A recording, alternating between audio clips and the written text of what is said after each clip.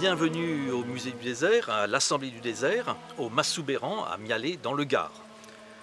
Depuis 1911, date d'inauguration du Musée du désert, l'Assemblée se tient tous les ans, le premier dimanche de septembre, sous les chênes verts, dans une joyeuse convivialité. 4 fois, elle a dû être annulée.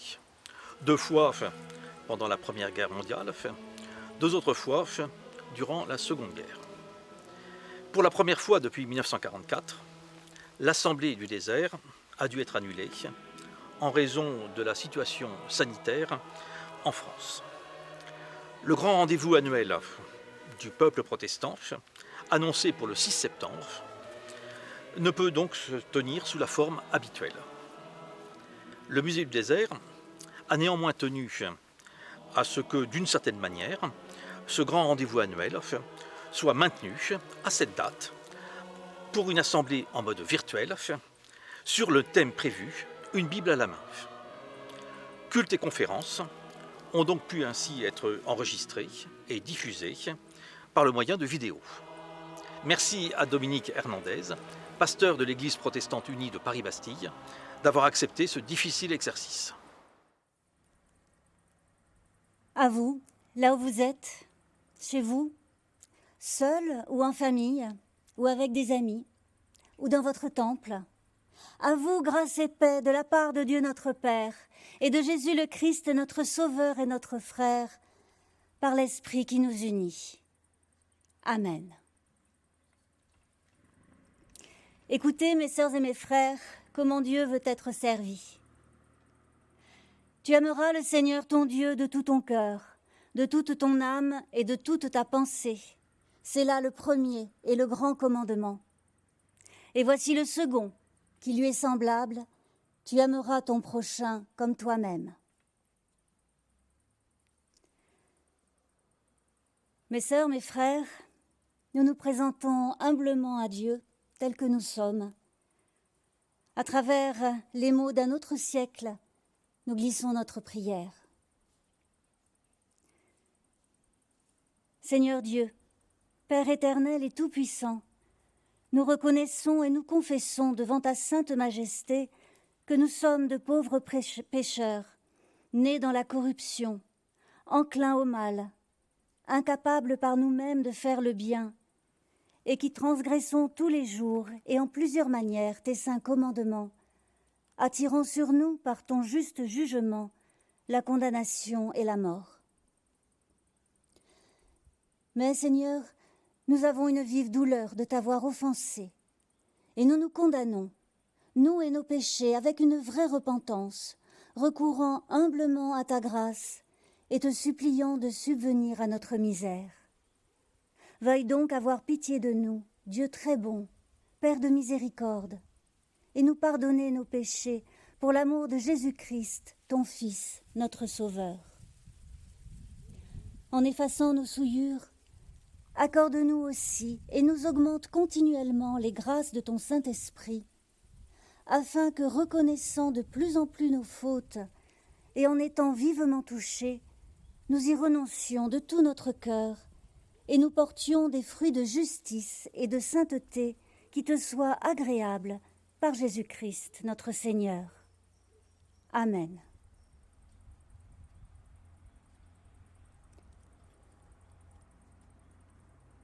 Au cantique 407, la première strophe.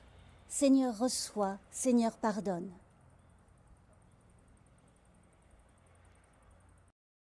Pardonne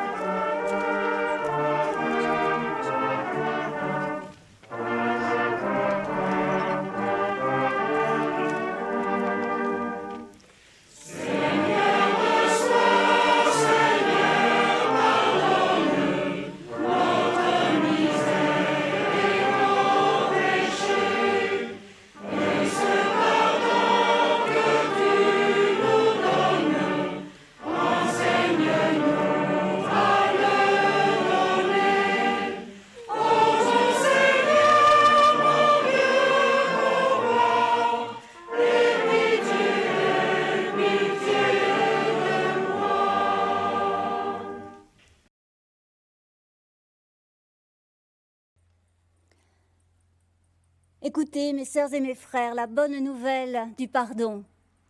Dieu a tellement aimé le monde qu'il a donné son Fils unique, afin que quiconque croit en lui ne périsse pas, mais qu'il ait la vie éternelle. Ceci est vrai. Amen.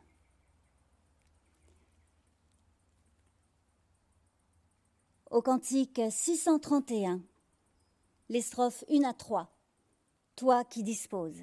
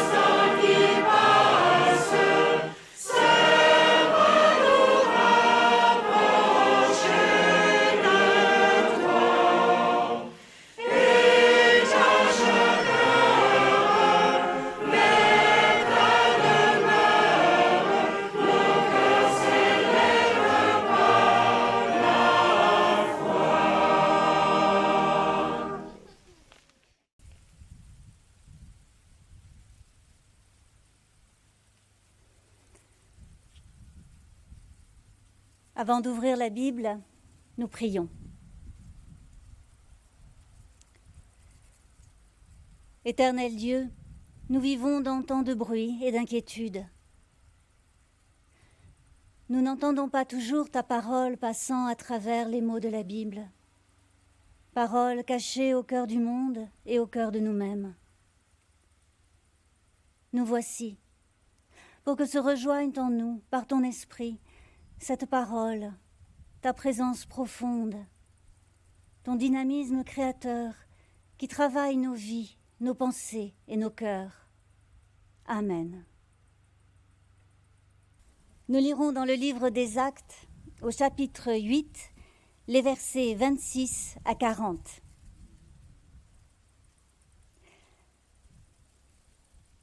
L'ange du Seigneur dit à Philippe, « Va vers le sud, sur le chemin qui descend de Jérusalem à Gaza, dans le désert. » Il se leva et partit.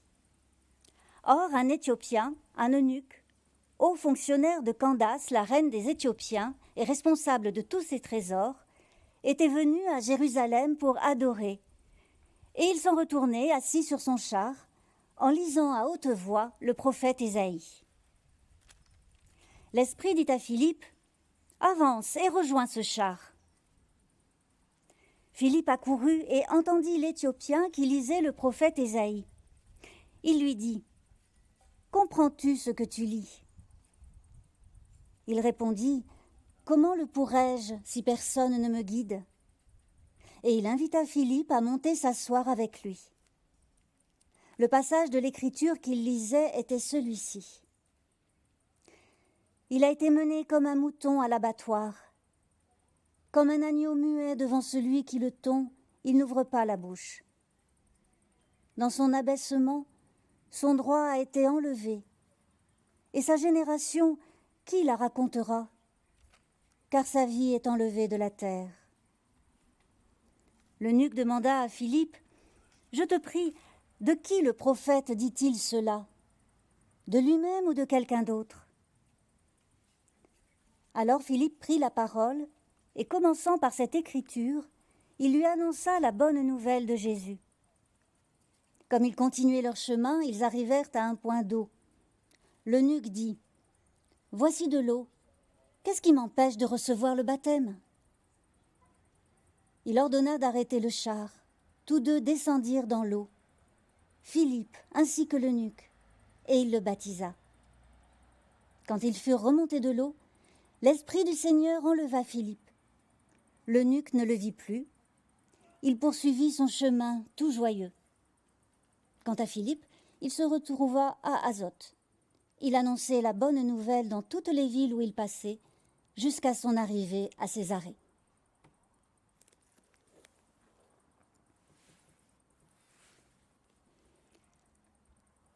Au cantique 151, les strophes 1 à 4. Je louerai l'Éternel de tout mon cœur.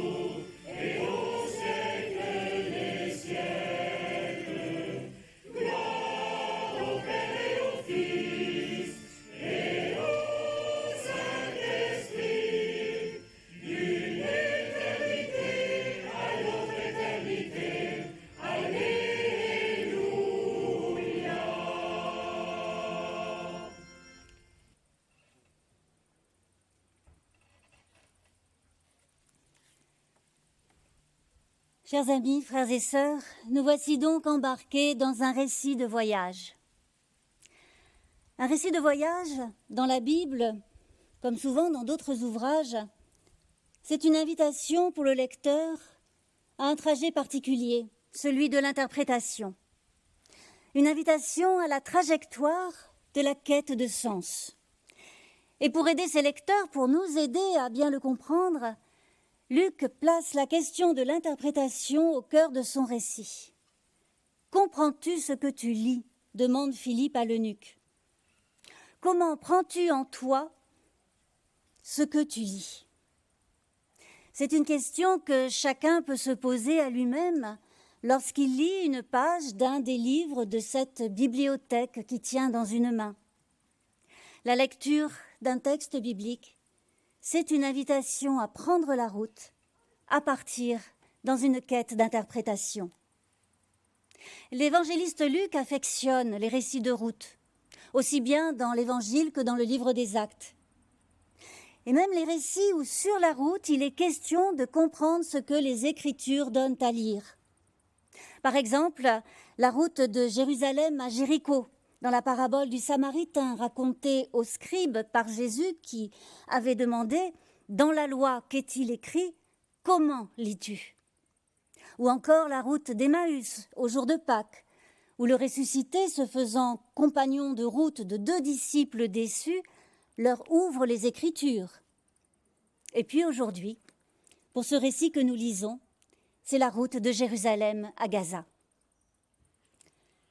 Le récit de Luc débute avec l'envoi de Philippe sur cette route par l'ange du Seigneur, c'est-à-dire une volonté divine et une volonté pour le moins appuyée.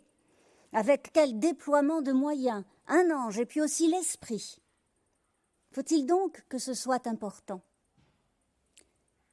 Et qui est donc cet homme que Philippe doit impérativement rejoindre ? C'est un Éthiopien, ministre du trésor de la reine d'Éthiopie, un eunuque et qui revient de Jérusalem. Il est un étranger, instruit et puissant dans son pays, riche puisqu'il possède un char pour voyager et au moins un livre, plus précisément au moins un rouleau, celui du livre d'Ésaïe. Mais il est aussi un homme qui ne peut avoir de descendance et dont l'avenir est brisé par cette privation irrémédiable. Un eunuque qui, s'il se sent proche de la foi d'Israël, il est allé à Jérusalem pour adorer, il lit le livre d'Ésaïe, il se heurte sur son chemin de foi à une limite posée au livre du Deutéronome qui interdit aux eunuques d'entrer dans l'assemblée des fils d'Israël. C'est au premier verset du chapitre 23. Et il est, enfin, un homme qui ne comprend pas ce qu'il lit et qui n'a personne pour l'aider sur le chemin de la lecture. Je n'ai personne pour me guider. Il est un homme dont l'avenir, la foi, la lecture sont bloqués, empêchés, pour reprendre un mot du texte lorsque l'eunuque dit « Qu'est-ce qui m'empêche de recevoir le baptême ?»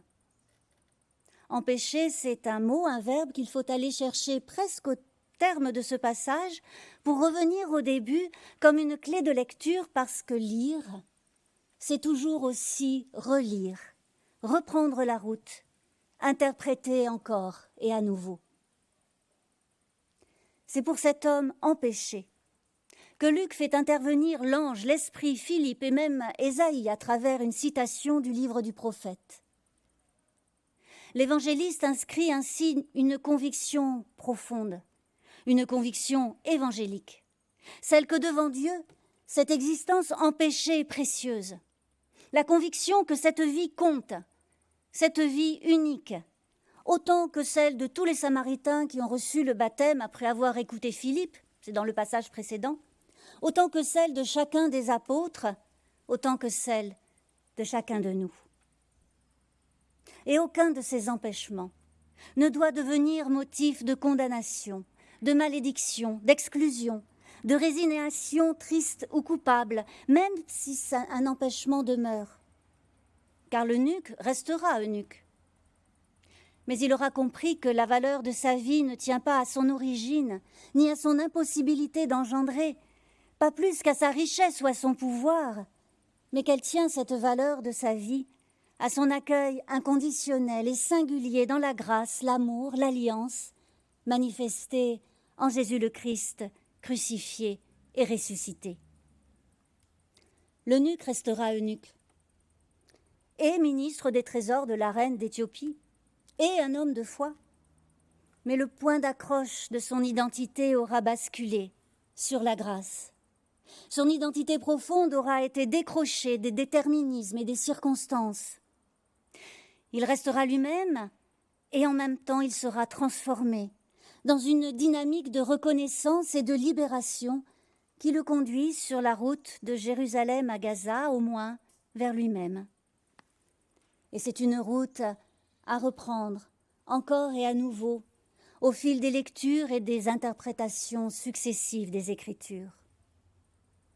C'est ce chemin que Luc raconte pour ses lecteurs, pour nous, chargés, encombrés, empêchés que nous sommes par des événements qui surviennent dans nos histoires, par des interdits que nous subissons, par des obligations que nous supportons, par des circonstances que nous ne choisissons pas, par des cadres, des traditions, des croyances qui nous sont imposées ou que nous nous imposons, par des choix qui s'avèrent n'être pas ou plus supportables ou bénéfiques. Et ce chemin nous conduit à nous décoller des images taillées, des représentations figées, des imaginaires sclérosés, des identités immuables. Cette route est celle de nos devenirs, de nos passages comme au temps de Pâques et de nos rencontres comme divinement visitées. Et ce chemin, Luc le raconte comme passant par la lecture du livre d'Ésaïe, la lecture de mots anciens, un texte d'une autre époque, d'une autre culture, étrange, étrangère. La route commence par un détour. Il a été mené comme un agneau à l'abattoir. Comme un agneau muet devant celui qui le tond, il n'ouvre pas la bouche. Dans son abaissement, son droit a été enlevé. Et sa génération, qui la racontera? Car sa vie a été enlevée de la terre. L'eunuque lit à haute voix, car telle était la pratique de lecture dans l'Antiquité. Mais c'est une expérience que chacun de nous peut faire. Et c'est une expérience spirituelle, parce qu'elle requiert l'être entier, dont la vie n'est pas vie sans corps, et parce qu'elle donne au texte une ampleur autre que celle du rouleau ou de la page. Chacun peut éprouver quel engagement du corps, souffle et voix, requiert la lecture à haute voix. Comment le souffle peut manquer sur un mot, ou la voix flancher sur une expression. Chacun peut éprouver cette nécessité d'incorporer le texte, de lui donner de l'espace en soi. Et comment une douleur peut survenir par une réminiscence obscure, où l'esprit se bloquait sur un souvenir à peine émergé. Lire à haute voix, c'est permettre au texte de devenir présent, non seulement pour le plaisir des mots, mais aussi pour la sensation d'une résonance entre ce que porte le texte et ce que chacun porte en soi. Seulement cette sensation ne suffit pas. Comprends-tu ce que tu lis? L'eunuque ne comprend pas. Empêché par l'étrangeté des paroles d'Ésaïe, empêché par sa solitude, comment le pourrais-je? Combien de fois n'avons-nous pas pensé ou entendu, comme une évidence, résignée ou agacée, ce « je ne comprends rien », ce « je ne suis pas capable ». Il manque à l'eunuque quelqu'un qui éclaire un début de trace, de piste d'interprétation. Et c'est à cette situation-là que répond l'envoi de Philippe, l'œuvre de l'esprit, l'énergie qui pousse et entraîne au-delà du connu, du familier, de l'habituel, du traditionnel.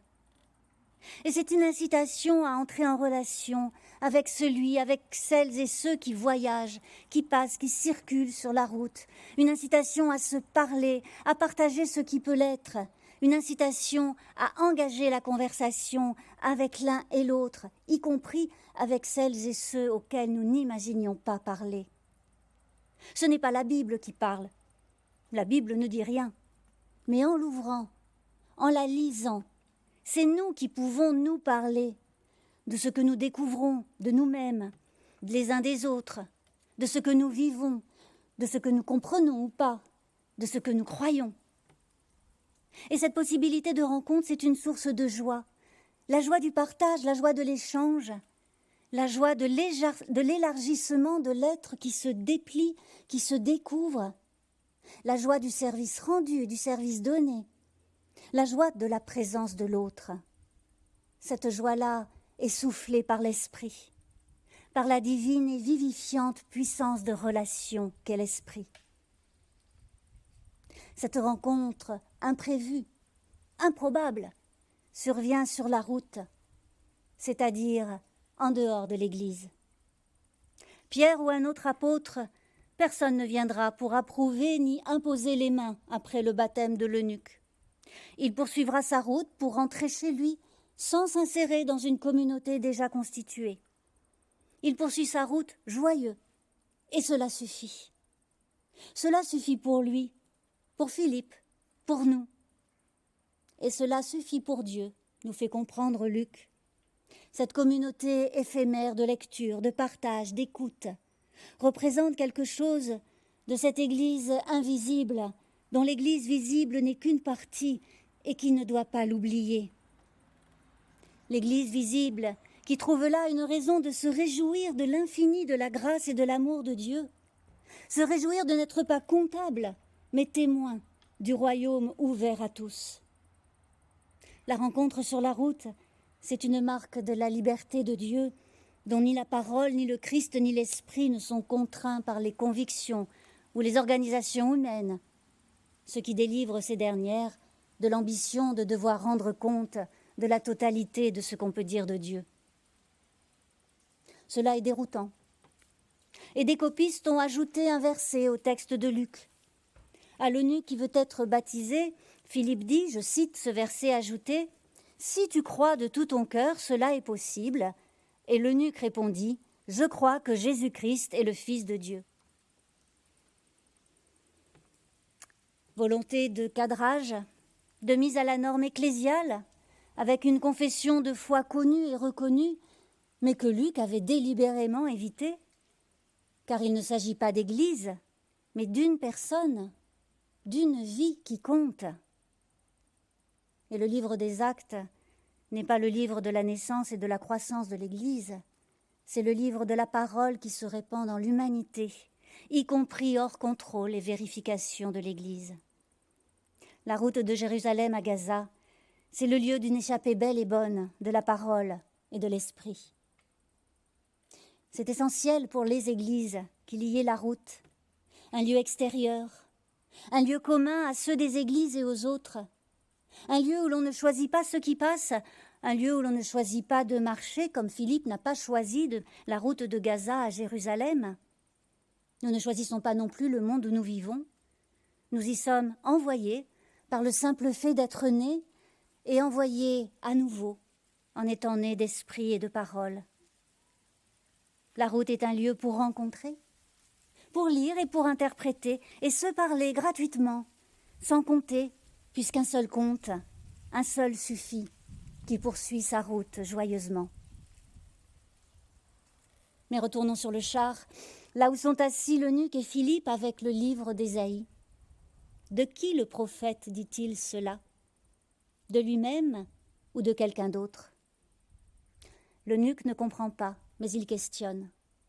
Il questionne parce qu'il a ressenti en lui cette résonance entre les mots du prophète et sa propre expérience d'homme en péché, d'homme affecté par une violence, par un malheur, par une misère à laquelle il ne peut échapper. Cet agneau muet mené à l'abattoir, cette tête abaissée dont le droit et la vie sont enlevés, il y a là quelque chose de lui, de sa chair mutilée, de sa foi entravée, de son impuissance à comprendre. Il y a là quelque chose de ce qu'il éprouve chaque jour, écartelé qu'il est entre son pouvoir et son impuissance, entre sa richesse et ce qui lui manque. L'eunuque est saisi par la violence faite à celui qu'Ésaïe compare à un agneau, et c'est là que commence véritablement ce que raconte le récit de Luc, avec cette citation placée au cœur du texte et lue par l'eunuque, avec dans la violence subie par celui dont parle Ésaïe, violence qui se répercute dans la vie de l'eunuque. C'est là le commencement de la route, quand une phrase, un mot, une image viennent percuter une histoire incarnée, une histoire humaine. Et cet ébranlement, déjà, est la trace de l'œuvre de l'esprit. La route débute avec un choc, une brèche, une fracture, voire une effraction du texte dans l'être, au lieu de la souffrance, au lieu du désir de ne pas se soumettre ou de ne pas se satisfaire de ce qui est fait. D'autres parmi nous, autour de nous, sont saisis par un mot, une histoire, une expression d'amour, de gratitude, de courage, de liberté ou d'exclusion, de souffrance et de perte. Lire mobilise des émotions et des affects, autant que la raison et l'intelligence. Et la Bible offre un tel réservoir de mots, d'histoires, de symboles qui font écho aux expériences humaines, que chacun un jour, sur un bout de route, peut ressentir une résonance. Mais ressentir ne suffit pas. Il s'agit de comprendre ce qui est autre chose que savoir. De qui le prophète parle-t-il? De lui-même? D'un autre? Du peuple d'Israël? D'un reste du peuple d'Israël? Du Messie, de Jésus? Comment se retrouver dans ces diverses interprétations? Laquelle suivre? Laquelle est la bonne route? Laquelle est la vérité? Pourrait demander le lecteur. Mais la Bible n'est pas un code de vérité, et la vérité n'est pas un contenu, ni un savoir objectif. Les textes bibliques ne s'offrent pas comme des paroles ultimes et définitives, mais comme un appel permanent à l'interprétation, pour vivre les uns avec les autres, vivre dans l'âpreté du monde. Car la parole s'est faite chair, confesse l'évangéliste Jean, chair et pas écriture, chair dans laquelle a été interprétée la parole de création, la parole de vie, la parole d'amour, la parole de liberté. Philippe annonce la bonne nouvelle, qui est Jésus mené à la croix sans se défendre et sans être défendu, Jésus qui n'a cherché ni coupable ni vengeance, car Jésus aimait, lui qui marchait sur les routes, qui ne faisait que du bien, qui accueillait, qui guérissait, qui encourageait. Jésus dont le nom exprime la volonté de Dieu. Dieu sauve. Jésus qui est le Christ, pour la libération, le relèvement, la bénédiction de tous. Et l'eunuque peut comprendre, et nous pouvons comprendre et croire que le premier et le dernier mot sur chacun de nous n'est pas une parole de malheur, mais une parole pour la vie. C'est pour faire entendre cela que les Écritures, qui s'inscrivent dans la réalité et pas dans un idéal, nous conduisent au cœur du scandale, de la violence, de la souffrance. Mais elles ne nous y laissent pas seuls, avec notre souffrance, notre violence, notre misère, avec notre humanité réelle. Elles nous les désignent, elles nous y conduisent, elles nous y rencontrent, comme témoignages d'humains du passé qui ont affronté souffrance, violence et misère, non pour les supprimer, ce qui serait une grave illusion, mais pour explorer comment vivre encore dans l'expérience de la foi. Car Dieu se rend présent, là où l'humain est au plus obscur de lui-même, caché à lui-même, et en même temps au plus nu, au plus démuni. Et avec d'autres qui se soucient de nous en ces lieux-là. Avec d'autres dont nous nous soucions quand ils sont dans ces lieux-là. La route s'ouvre, grâce à quelques traces qui suffisent pour indiquer qu'il y a un chemin. Les traces déposées dans la Bible, les traces des témoins du passé et celles des témoins vivants. Et avec l'impulsion qu'est le Christ, avec l'énergie de l'Esprit, la route se trace pas à pas, non dans la répétition de ce qui est écrit, non dans la reproduction des expériences dont témoignent les Écritures, mais dans leur reprise, chacun dans son existence, corps, esprit, âme, intelligence convoquée dans un élan véritablement vital. Ésaïe annonce une bonne nouvelle de la reconnaissance de celui à qui tout est enlevé. Bonne nouvelle d'un choix divin, d'un appel de Dieu qui ne requiert ni puissance ni qualité spécifique de la part de celui qui est appelé agneau muet, humain démuni. De même, face à la violence et à la souffrance, Philippe parle de Jésus. Le Christ, bonne nouvelle d'un accueil inconditionnel, d'une reconnaissance sans préalable, d'une divine confiance sans formalité. Les trois histoires, celle de l'agneau, celle de Jésus, celle de l'eunuque, se croisent en un lieu, un point de souffrance que Philippe éclaire et que chacun peut à son tour dénouer en y insérant sa propre existence, ses propres expériences de limites éprouvées, de désirs persistants et de confiance joyeuse. La Bible recueille et offre ces textes comme une ressource une dynamique pour affronter l'existence et y décerner la marque de la bonté originelle que rien ne peut altérer. Ce recueil, cette offre, représente un des signes de la fidélité, de l'insistance de Dieu, à travers et malgré la complexité et les ambiguïtés de chaque existence et celle du monde. En lisant ainsi les Écritures, il nous est donné de découvrir à quelle liberté nous sommes appelés et de comprendre la dimension relationnelle dans laquelle nos existences, chargées de leurs bagages singuliers, s'écrivent chaque jour. C'est comme si la capacité de lire et la capacité de vivre s'appuyaient l'une sur l'autre, au croisement de l'interprétation des textes et de l'interprétation de l'existence. Il ne s'agit pas de devenir seulement savants en matière biblique, et ceux qui le sont partagent leur savoir, pour que l'on puisse comprendre et interpréter. Il ne s'agit pas de devenir efficace dans sa vie, ce qui risque de verser très vite dans la vanité ou dans l'auto-justification. Il s'agit de devenir présent, présent au présent, et de se sentir vivant. C'est le désir d'être vivant qui pousse l'eunuque à questionner Philippe au sujet du texte d'Ésaïe. Cet homme a besoin d'un autre pour que ce désir, passé au creuset de l'épreuve, soit nouvellement éclairé par la grâce et pour trouver sens à sa vie qui advient.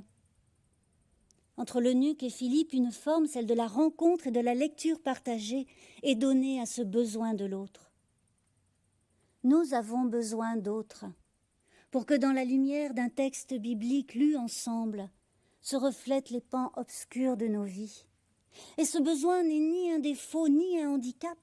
Au contraire, il est bon et réjouissant, car il représente un éclat de grâce, un espace pour la parole vivifiante. Ce besoin de l'autre pour une lecture commune s'inscrit dans l'alliance qui n'est pas simplement alliance, et qui n'est pas du tout alliance entre Dieu et moi, une personne seule, mais alliance en Christ entre Dieu et une multitude. Cette coopération de lecture partagée ouvre un sens nouveau à ceux qui lisent. Et elle indique aussi qu'il y a du sens en excès pour plus tard, pour d'autres circonstances, pour d'autres routes, pour d'autres lecteurs, pour tous ceux qui cherchent à comprendre et à interpréter leur humanité sur leur route à la fois toujours singulière et partagée, route d'espoir, route d'exil, de fuite, de découverte, de réalisation, de prise de conscience, de désir. Il y a là une postérité pour l'eunuque, une postérité dont nous sommes aujourd'hui, nous qui lisons ce texte, une postérité, une fécondité heureuse dans ses imprévisibilités, ses improbabilités et ses originalités surprenantes. Alors, qu'est-ce qui empêche que je sois baptisée ? Est-ce une vraie question ? Ou est-ce l'expression d'une découverte merveilleuse, celle que rien n'empêche l'eunuque d'être pleinement accueilli tel qu'il est, dans l'ensemble de ceux dont l'existence a trouvé sens et déploiement dans l'appel divin à être et à vivre, qu'il soit en église ou pas.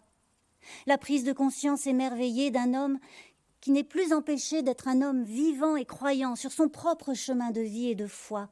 Il n'est plus un homme empêché, il est un homme autorisé. Un homme qui n'a pas à prouver quoi que ce soit, qui n'a pas à payer pour quoi que ce soit, qui n'a pas à se justifier de quoi que ce soit.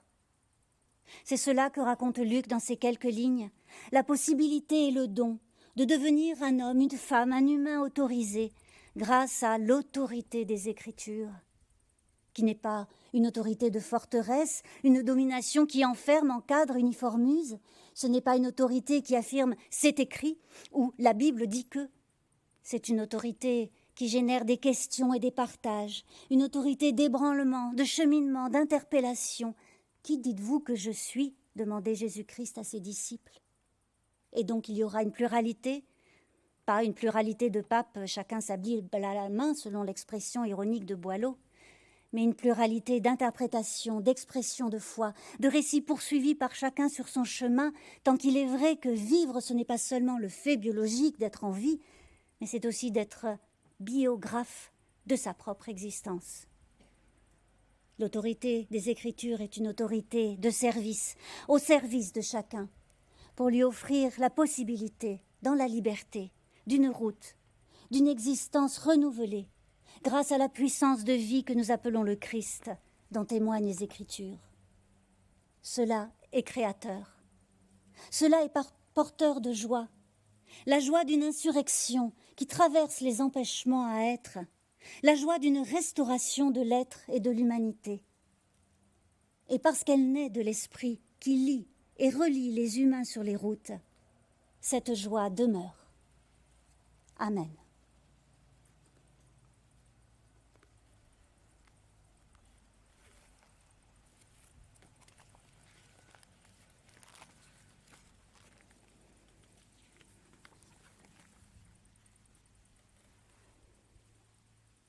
Au cantique 254, les strophes 1 et 3, entonnons d'un saint cantique.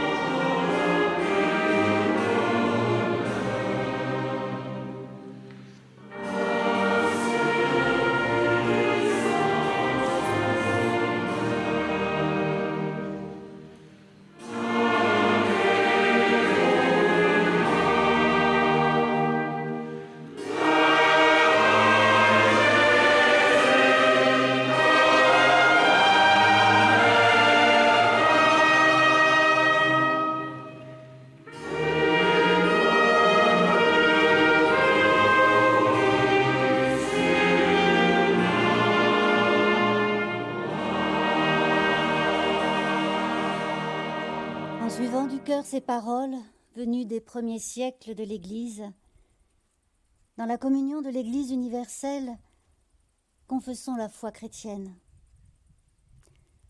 Je crois en Dieu, le Père Tout-Puissant, Créateur du ciel et de la terre. Je crois en Jésus-Christ, son Fils unique, notre Seigneur, qui a été conçu du Saint-Esprit et qui est né de la Vierge Marie. Il a souffert sous Ponce Pilate. Il a été crucifié. Il est mort. Il a été enseveli. Il est descendu aux enfers. Le 3e jour, il est ressuscité des morts. Il est monté au ciel. Il siège à la droite de Dieu, le Père Tout-Puissant. De là, il viendra pour juger les vivants et les morts. Je crois au Saint-Esprit. Je crois à la Sainte Église universelle, la communion des saints, la rémission des péchés, la résurrection de la chair et la vie éternelle. Amen. Au psaume 36, les strophes 1 et 2. Ô Seigneur, ta fidélité.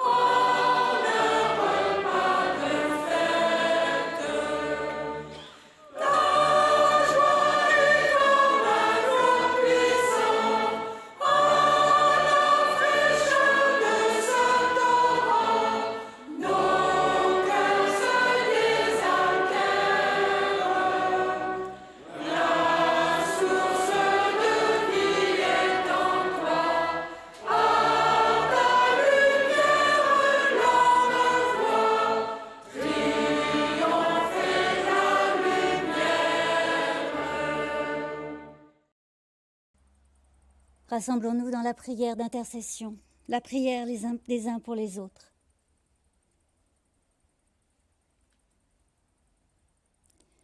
Notre Dieu, notre Père, en ce jour, nous nous tournons vers toi. Et dans la prière, nous faisons place en nous à d'autres que nous-mêmes, à ceux qui nous sont chers et que nous voyons avec tant de bonheur, à ceux qui nous manquent parce qu'ils sont loin ou parce qu'ils sont souffrants. Nous faisons place en nous à ceux qui, autour de nous, manquent de présence, de reconnaissance, de moyens de vivre dignement,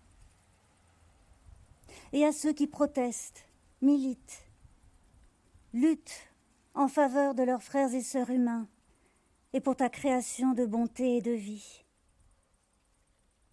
Et à ceux qui sont emprisonnés dans les logiques de pouvoir et de possession et qui passent à côté des dons de ta grâce. Nous faisons place en nous à ceux qui laissent des traces pour nous aider à lire et à interpréter les Écritures et nos existences, et ce monde où nous vivons, qui est le monde que tu aimes tant. Malgré nos doutes et nos hésitations, nous faisons place en nous à ton appel insistant, persévérant, inattendu, à notre vocation de vivant solidaire et en relation. Et que souffle en nous et entre nous ton esprit bouleversant qui nous fait participer à la vie du ressuscité.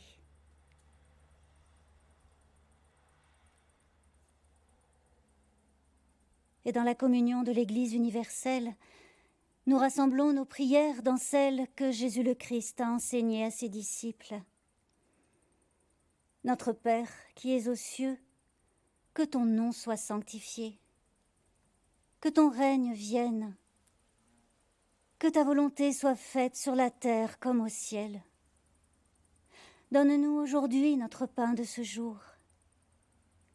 Pardonne-nous nos offenses, comme nous pardonnons aussi à ceux qui nous ont offensés. Ne nous laisse pas entrer en tentation, mais délivre-nous du mal. Car c'est à toi qu'appartiennent le règne, la puissance et la gloire, au siècle des siècles. Amen.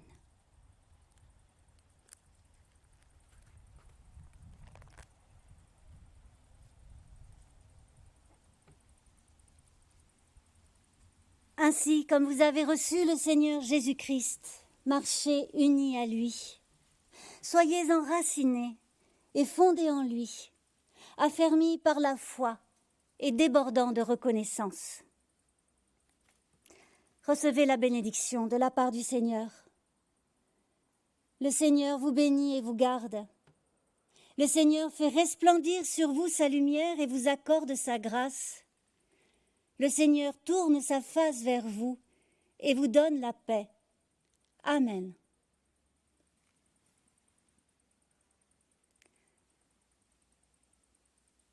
Cantique 471, les strophes 1 à 3.